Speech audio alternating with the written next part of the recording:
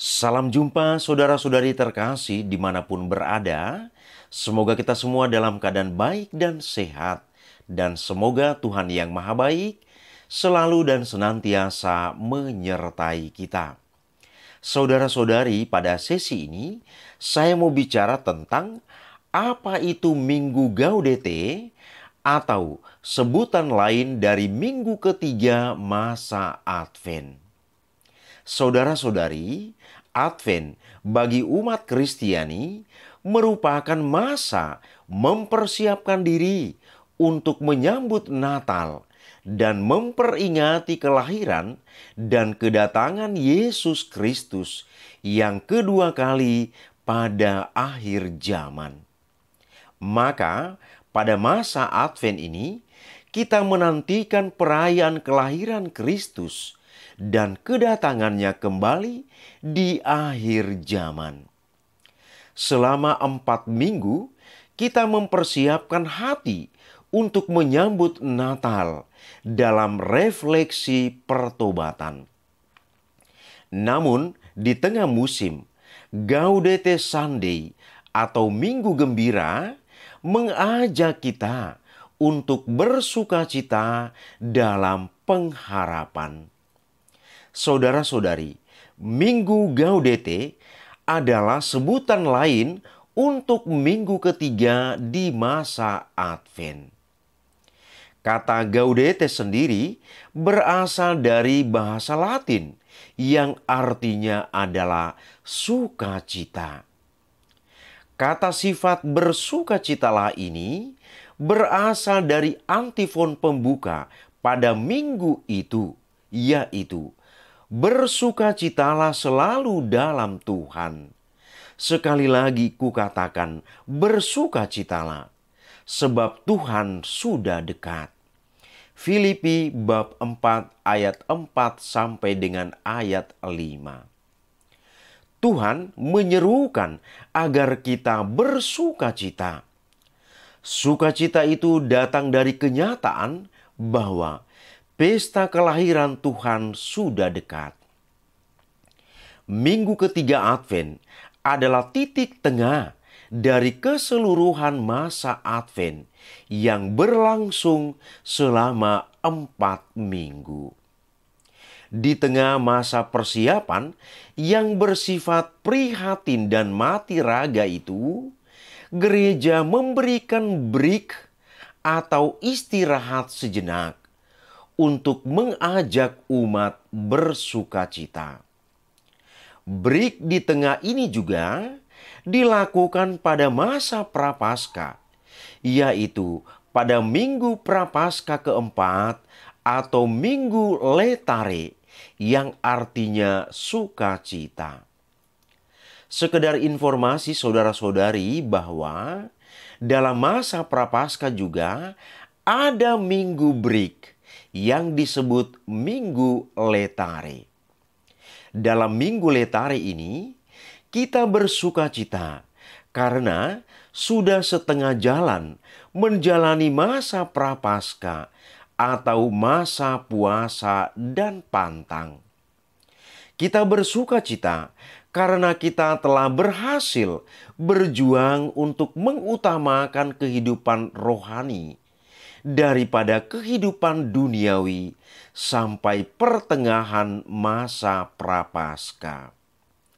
Saudara-saudari, Minggu Gaudete ini juga mengingatkan umat bahwa masa Advent akan segera berakhir dan pesta kedatangan Yesus Kristus sudah semakin mendekat. Maka perlu dikembangkan harapan yang akan menumbuhkan kesabaran dan ketekunan untuk mempersiapkan diri sampai akhir. Kita dapat bertahan dalam kesulitan dan tantangan hanya jika kita sadar bahwa buah-buahnya layak derita. Surat Rasul Yakobus bab 5 ayat 7 sampai dengan ayat 10. Saudara-saudari, untuk mengungkapkan kegembiraan ini, warna liturgi yang digunakan pada hari tersebut bukanlah warna ungu, tetapi merah muda, atau istilah lainnya yang kita kenal dengan istilah pink. Demikian juga warna lilin yang dinyalakan minggu ini di lingkaran Advent ialah merah muda atau berwarna merah. Warna merah muda melambangkan bahwa penderitaan zaman ini tidak sebanding dengan kemuliaan yang akan dinyatakan kepada kita. Suasana gembira harus mewarnakan persiapan jangka pendek untuk menyambut perayaan penjelmaan Sang Sabda menjadi manusia. Pada Advent ketiga ini, lilin merah muda di lingkaran Advent dinyalakan. Warna merah muda ini diperoleh dari percampuran antara warna ungu yaitu Advent dengan warna putih yaitu Natal. Maksudnya, sukacita Natal sudah mulai kita rasakan karena sudah sangat dekat, tetapi belum penuh. Sukacita Natal ini sudah tak tertahankan lagi. Sudah mulai kelihatan, tetapi belum nampak jelas atau belum penuh. Saudara-saudari, menarik bahwa Nabi Yesaya dalam seruannya untuk berjaga-jaga mengajak supaya orang berjaga-jaga dalam pengharapan. Bukan berjaga-jaga dalam ketakutan dan dalam tekanan, tetapi berjaga-jaga dengan penuh pengharapan.